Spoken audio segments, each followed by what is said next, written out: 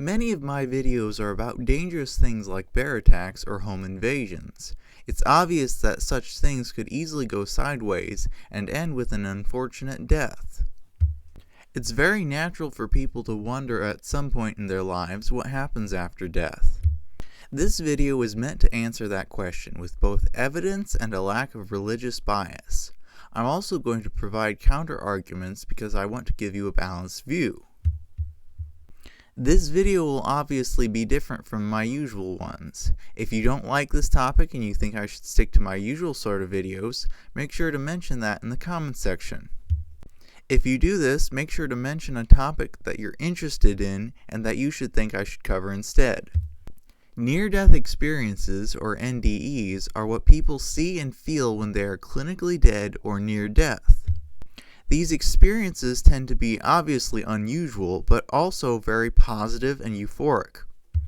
The similarities between a DMT experience and a near-death experience have caused scientists to directly compare the two. I'll go into more depth explaining what an NDE is like later, but this chart shows a good overview of all the things that it encompasses. The fact that a drug like DMT acts like a near-death experience doesn't prove or disprove the existence of an afterlife. It simply means that people don't have to experience near-death just to gain its psychological benefits. Actually proving whether or not the afterlife exists depends on finding out if NDEs are just the hallucinations of a dying mind or something more. I'll start off with a theory that is commonly repeated.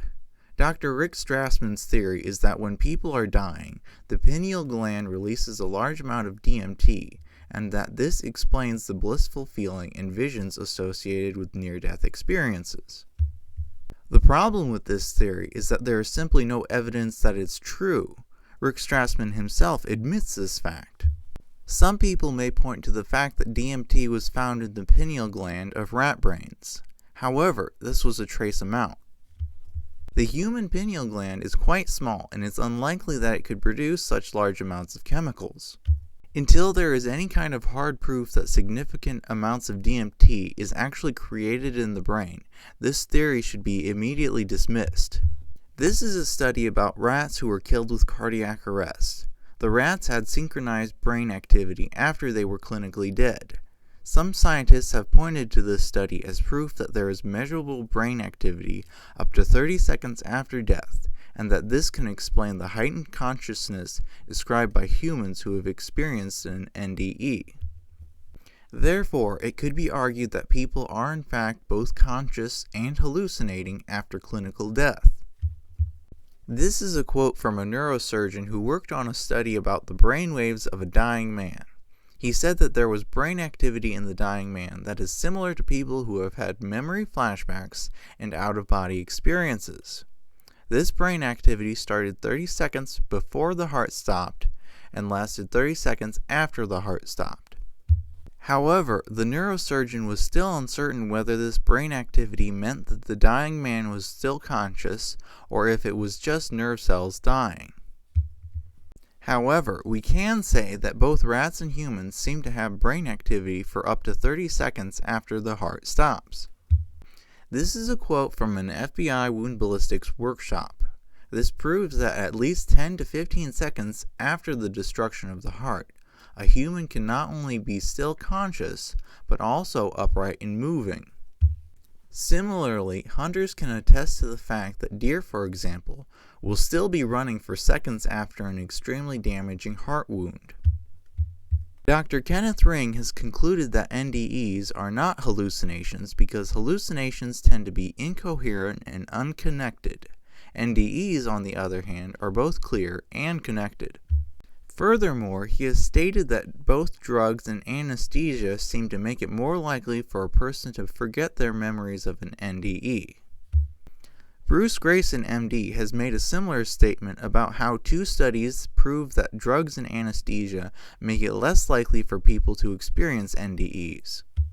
Drugs causing people to forget that they had an NDE could explain why only a minority of cardiac arrest patients report having a near-death experience.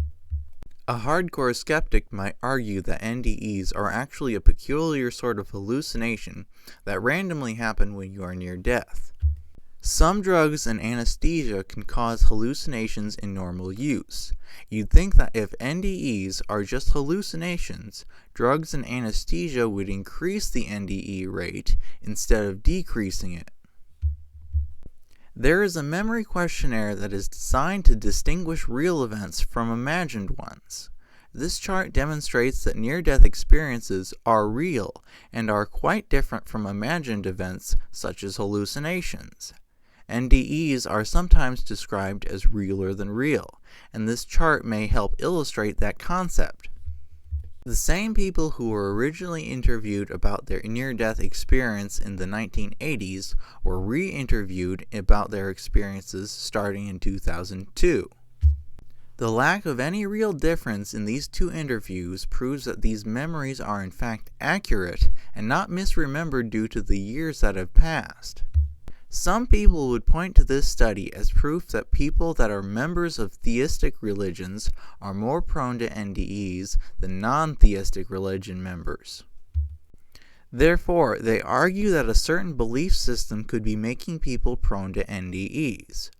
Theistic religions believe in some sort of a god, by the way. Obviously, the sample size of people who reported experiencing NDEs in the study are somewhat small, about 25 people. However, after studying near-death experiences across different cultures and religious groups, Bruce Grayson found that neither culture nor religion affect if you do or don't have an NDE. The near-death experience itself is also not affected by either of those things. Culture and religion only affect the metaphors that people use to describe the experience.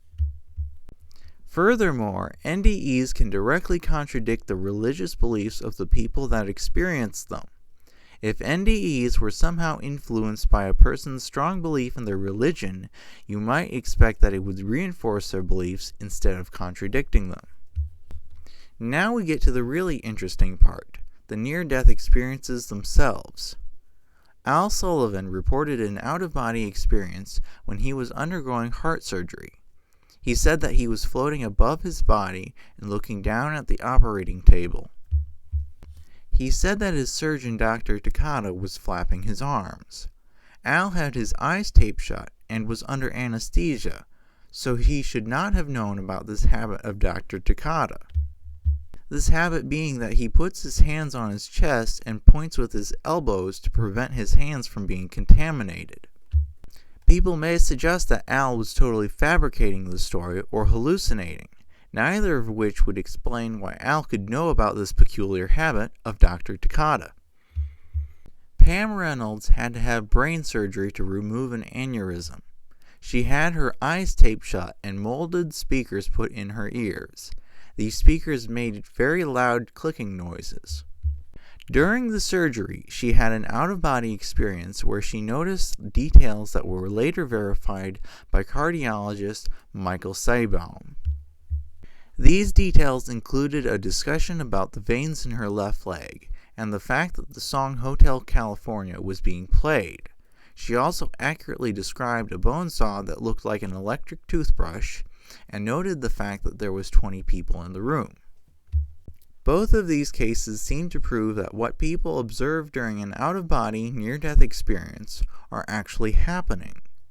There are more cases like these that I could mention, but I want to keep this video concise and to the point. The existence of these cases mean a couple things. That your consciousness can be separated from your physical body, and that your consciousness can bring memories with it when it returns to your physical body. During Pam Reynolds' surgery, her body was clinically dead and she had no brain activity for an extended time, yet her consciousness was still alive. I would argue that this technically fits the definition of life after death. Pam also met deceased family members in what could easily be described as heaven or paradise, a light-filled ethereal world where everyone is at their prime. Some people will obviously disagree with my conclusion that there is life after death. That's to be expected given how these days people loudly disagree about the most basic facts. Finally, I don't plan on making any other videos about out-of-the-ordinary subjects unless people really like this one. Most likely the next video I will make will be something more normal, like bow hunting.